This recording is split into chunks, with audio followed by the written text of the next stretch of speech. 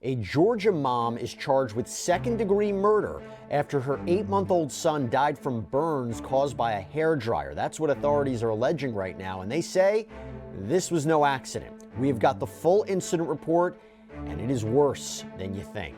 We're going to break it all down right now with former Palm Beach County State Attorney Dave Aronberg. Welcome to Sidebar, presented by Law&Crime. I'm Jesse Weber. So I'm not going to lie to you. This is pretty much the stuff nightmares are made of. You got a Georgia mom who has been charged with second-degree murder after what authorities are calling just a horrific act of neglect that led to the death of her 8-month-old son. Investigators say this baby died with burns caused by a hairdryer. Let me explain what we're talking about here. We have obtained the full incident report, so we're going to break down the exact details. But according to the report, on November 9th, 2023, Morgan Creel called 911, hysterical, telling authorities her infant son, Carson, was unresponsive. When officers arrived, they found Creel standing at the back door of the home. She told them that her son was in the back bedroom, and what they discovered inside was devastating. Carson was found lying on the floor with his onesie partially pulled down, and as the officer began CPR, and as the report states, quote, Carson appeared severely burnt as well as discolored on the right side of his body. Now, despite the officer's attempts to save him, this little boy was pronounced dead at the scene. And when authorities asked Morgan what happened, she reportedly told them this. This is the report. She attempted to warm the child's feet by turning on the hairdryer. Units advised that Morgan stated she fell asleep and woke up to the juvenile unresponsive, causing her to contact emergency services.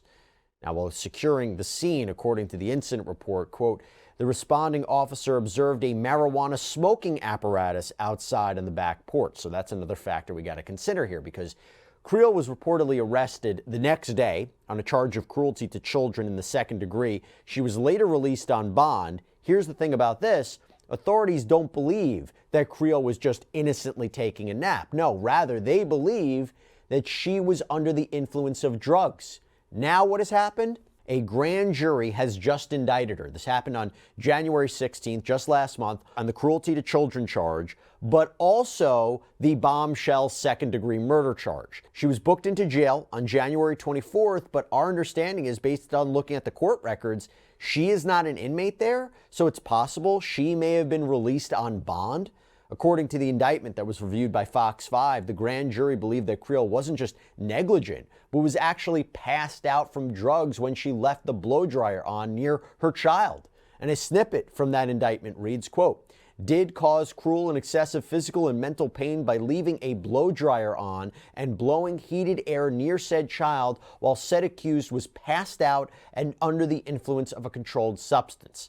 Hey, by the way, guys, you got to hear this. So recent allegations against the multi-billion-dollar video game industry claim that video games are engineered for addiction. Yeah, the claims try to make sense of the hold that video games seem to have over people, where they just can't put the controller down. Every win triggers that hit of dopamine that creates a cycle of compulsion, and that disrupts daily life. It harms mental health. But our legal sponsors have taken on the industry that has at many times put profit over safety, and they're working to potentially get compensation for all of those impacted. So if you or a loved one have suffered physical or mental health issues due to video games, then visit vgclaims.com/sidebar to answer less than 10 questions and check your eligibility to file a claim. Now, this story is far from over, and I'm going to get into why it is far from over in a minute. But first, I want to bring on a special guest, friend of the show in person, Dave Aronberg, the former Palm Beach County State Attorney. Thank you so much for coming on, Dave. It's always good to see you. Appreciate you taking the time. Jesse, great to be back with you. Generally speaking, at your time in the state attorney's office, did you see a lot of child abuse cases? What was it like investigating and prosecuting those specific instances? We've seen some horrific cases. We had one where the child was starved to death, and it was almost impossible to look at the photo of the child, the skeletal remains. In fact, we were so outraged, we sought the death penalty. And these cases are really hard, though, because in many times you have a defendant who is sympathetic, like a mother who takes a stand and says she's lost everything. She's already been punished enough by losing her child. And then she has this plausible explanation that she was just trying to warm up the child and fell asleep, although there were obviously drugs in her system. She was lying, but sometimes you get a jury where all it takes is one person to find sympathy for the parent, and then that's a hung jury. See, I think about these cases, why they're particularly difficult for me to cover, is obviously the innocence, but you are dealing with a victim. There's no self-defense argument, right? You are dealing with a defenseless victim. You are dealing with somebody who can't care for themselves. It's different than if you have like a murder case or self-defense case, or there's explanations about what the victim did or did not do. When you're dealing with children, it seems to me, and you would know better, is the prosecution success rate much stronger when it comes to child victims? Is it like either you see plea deals or you see convictions in the 90% range? I don't think that the conviction rate differs that much because you have to look at the facts on a case-by-case basis. You remember the boy in the box case? There was a case we had in my office where parents punished their child by making him live in this box. And people on the internet were outraged. And the jury found the father guilty, but then the judge gave him only 5 years in prison. So sometimes how the public feels about a case doesn't get reflected in how the judge or the jury reacts, because it just depends on the individuals before them. They take the stand and they say, we tried everything. In a case of intentional misconduct, yes, you'll get a higher percentage of convictions. But then you have cases like this where there was no intent here. It's just someone who acted so recklessly it led to a death. Let's talk about that. So the second-degree murder charge, that's really the big one we're looking at here. And in Georgia, I looked it up, it's defined as a person commits the offense of murder in the second degree when in the commission of cruelty to children in the second degree, he or she causes the death of another human being irrespective of malice. So it's almost like felony murder, right? Someone dies during the commission of a felony. She didn't have to intend to kill her child. Do you think that definition of second-degree murder, if that's how it's prosecuted, does it fit here? Yeah, in fact, Cold Gray, remember that case in Georgia, same state, where Georgia has a unique statute on the books where the father of a school shooter was charged with second-degree murder. How? Well, when you have the charge of child neglect, you put children at risk, then a death occurs. That's how you get to second-degree murder in Georgia. It's unique in that way because normally we're used to second-degree murder as an intentional homicide. Here, it doesn't have to be intentional. So let me pull up the cruelty to children charge, which is, I guess, that underlying charge, and she's also charged with this as well. Any person commits the offense of cruelty to children in the second degree when such person with criminal negligence causes a child under the age of 18 cruel or excessive physical or mental pain. So I guess the idea is she would say, I wasn't acting negligently, this was an accident? She's going to use her drugs to say that she didn't have the right mindset to put someone at risk. She was just using a drug. She was trying to heat the child, and then she fell asleep. So even though you don't need to intentionally try to kill the child, she'll try to say, I didn't do something that was inherently that risky because I was using a hairdryer and things happened. Now, well, I guess the question would be, I read this, I said, how does somebody die from wounds inflicted by a hairdryer? That's it. She would say, I didn't think the child was going to die. That's it. It's different than the normal case where you have a gun left on a table and then a child takes a gun and shoots himself and dies. That's the typical situation for this statute. It's tougher when it's a hairdryer. Now, if you're going to use drugs, I would say as a prosecutor, you are now assuming the risk. You are putting yourself and the child in a very dangerous situation when you're doing anything under the influence of drugs. And then even if it's a hairdryer and the baby dies, that's on you. You own it.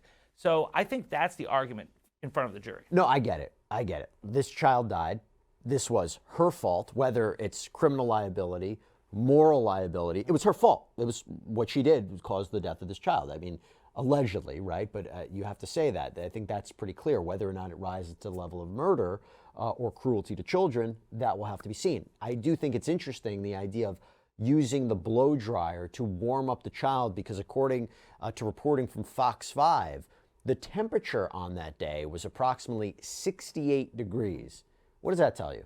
Well, it tells you that she didn't need to use the blow dryer. It wasn't that cold. This wasn't like a blizzard where she was really trying to help the baby's condition, help the baby sleep, keep the baby warm. This sounds like someone who's addled by drugs who created this dangerous situation when she didn't have to. And the fact that she lied, that she told police she just fell asleep when the police afterwards found out, no, you were on something. I think that's going to hurt her. Did she know? I mean, did she know that maybe she just fell asleep? Maybe she didn't think about the effects of the marijuana, assuming that's what was in her system. We've seen cases before where the effect of drugs can actually be a mitigating factor. There was a woman who stabbed another young man to death, and because of the influence of drugs, the effect it had on her, she had a lenient penalty for that. The effect of drugs will mitigate the intent portion because you didn't intend to do it, you were on drugs. On the other hand, you can't voluntarily take drugs and then say, I get a get out of jail free card, right? It's still a lesser offense of a manslaughter, but in Georgia, that lesser offense is the second-degree murder because they say if you create a dangerous situation for a child and someone dies, you don't have to have intent. That's second-degree murder. You get up to 10 to 13 years in prison. Why did it take so long for her to be indicted? So if this happened in 2023 and then she was indicted just in 2025, why take so long? I was asking the same question. I don't know. I guess they were still investigating the case, but they had that drug information, that toxicology report, I'm sure a while ago, because you have to take the toxicology test early on or else the drugs dissipate in your system. So again, we're assuming, by the way, that there was, drugs in her system.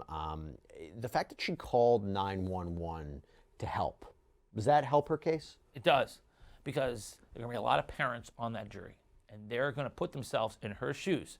And they're going to say, if I was the mother there, I would call 911. I would be in hysterics. She was, and she did. And so that will help her. That's why if she takes a stand, it's not a slam dunk for prosecutors, because she could get the sympathy of the jury. And here she is, this seemingly uneducated simpleton with the big glasses who's just, addicted to drugs or using marijuana and was in over her head. Still a crime, but maybe not murder. Why did they charge her with murder as opposed to manslaughter? Is that unusual that she was charged with murder here? She would be charged with manslaughter in other states, but Georgia has a unique statute that brings us under the murder statute. It actually reads really well for this case. I think that it is murder in Georgia. It would be manslaughter elsewhere. Would she try to fight the cause of death and saying it wasn't due to her actions and have an expert talk about the effects of a blow dryer or not? And I don't know if that would be effective because how else did this child die? Yeah, unless there was another medical condition here that we don't know of. It's going to be very hard for her to say that a baby that showed these visible wounds from the hairdryer did not die from the hairdryer. She's going to have to come up with another explanation. And if she tries to make this a battle of experts, they got to bring someone who knows what they're talking about, or else it's going to backfire against them. I wanted to ask you, you brought this up before, there's more to this story. So it turns out that this wasn't the first time that Morgan Creel had found herself in legal trouble, because I want to rewind to October of last year, 2024, so almost a full year after the death of her son. And at this point, Creel was out on bond for the cruelty to children charge. But on October 28th, she was arrested again, this time for driving under the influence after being spotted swerving through traffic. Now, according to the incident report that was obtained by Law&Crime, when Creel was pulled over, that is when things quickly took a turn for the worse. So the officer noticed her behavior right away, noting that she, quote, had slurred speech, that she was standing there stumbling while speaking with her. The responding officer observed that she had slurred speech, droopy eyelids, bloodshot and watery eyes, and she cleared her throat while speaking. Now, Fox 5 Atlanta reported that Creel tried to explain herself, telling the officer that she was just sneezing. That's why she lost control of the car. And when the officer asked if he could conduct some field sobriety tests, she agreed, but unfortunately, she utterly failed all of them, or I should say, unfortunately for her. According to the incident report, during the test movement test, Creel displayed clear signs of intoxication, struggling to keep her head still. On this walk and turn test, she swayed, had trouble finding her balance. The finger to nose test, she was confused, couldn't understand the instructions. The report also notes that several of the tests actually had to be stopped because Creel was such a risk to herself. Now, ultimately, she was arrested for driving under the influence. Actually, I'll tell you what, we have this newly released body cam footage that was obtained by Law&Crime, actually shows this interaction play out. Let's take a look. Deputy Thompson, Kelly County Sheriff's Office. So, why were you swerving back there real bad? I started sneezing real bad. You what? Started sneezing real bad? Coughing, so I'm trying to get back to where I need to be. Alright. can't do this anymore because I don't care. But If it gets too dangerous, I don't want to do it, so I'm going to be here.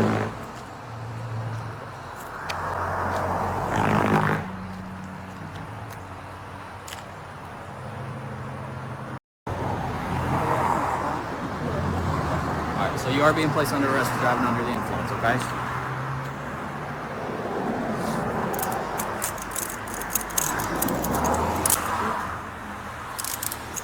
Is there a purse or a phone in there? Yeah.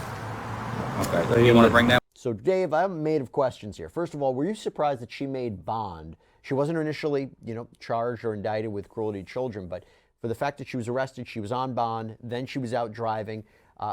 For what she was arrested for initially with respect to her child, typical she'd be out on bond? Yeah, she's not a flight risk. She's not a danger to society. And because of the fact she's a mother who didn't intentionally try to kill her child, that's why she got bond. Now, that video, I don't know if you've seen it, of her stumbling around on that roadside sobriety test is so bad. I've never seen a worse one. She can't even walk. If that gets in, that's going to really hurt her. I don't think it gets in, though, unless she opens the door to it. She may, if she takes a stand to explain her actions, she could then could backfire where that video comes in. So I think that she probably does not take the stand. And I think as long as they can keep that video out, she's got a fighting chance.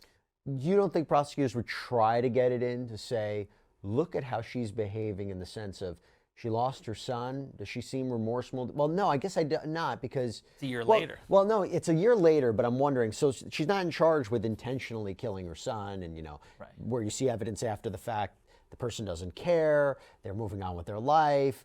But if you're talking about somebody who was acting, recklessly or negligently and didn't properly show the proper care or attention to their child, this is it with the behavior she's engaging in afterwards. Doesn't that show this is a heartless mother? I mean, that's too much of a stretch, right? I love it as a prosecutor. I say, but yes, but let it's it in. prejudicial. It's too prejudicial. It's more prejudicial than Yeah. probative. It's a DUI, which doesn't pertain to this case. It's a year later. The one thing that's interesting about it is that she's also, again, a liar.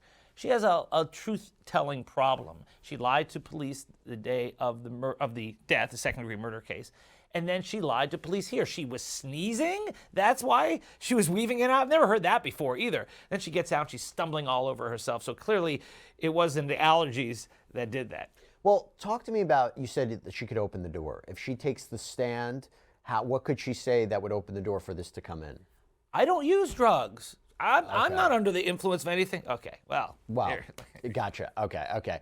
But could it be used, and the reason I'm only playing devil's advocate and trying to talk about the defense is I think this is a really bad case for her. I think there's a strong argument she will be convicted if this goes to trial. But having said that, does this help her defense in any way? State of mind, her personal struggles. She can't even keep it together. It's not her fault necessarily. It's not murder necessarily. It's not cruelty to children necessarily. Her personal struggles led to the death of her child. Yeah. I do think that you will hear from her at the trial, even though she's unlikely to take the stand, and that is through the 911 call. And that's where her emotion will come out and will help her. That's where the defense will try to put the jurors in her shoes, saying she's a grieving mother. Don't compound the tragedy. She's already lost everything in her life. No, I agree. I think that's very fair. I think people look at this and will probably say this shows a pattern of alleged reckless behavior, and it's really concerning. Do you think that this goes to trial, or do you think that they try to work out a deal? Well, deals are always on the table, and this could, they say in the halls of justice, a lot of the justice is done in the halls, so this could settle. But in the end, it's up to the defendant whether she's going to accept responsibility for her actions and agree to jail time, prison time, because there's no way that the state is going to let this go without her serving real prison time. And that's really the difference maker in this. Let's talk about that. If she's convicted on both the second-degree murder, I understand to be 10 to 30 years in prison. Correct. Cruelty to children carries up to 10 years in prison, if I'm right about that. Yeah, as far as I know, yes. Okay, correct. so could she be looking at potentially 40 years in prison? No, those are the maximums. That's for someone with a lengthy track record. In this case, I think because of the circumstances, the fact she doesn't have a prior rap sheet except for the DUI, which then that's how it could be taken into consideration at sentencing. I think she'll get towards the lower end of the sentencing range. Plus, she'll be a sympathetic defendant here. It is just you think true. So?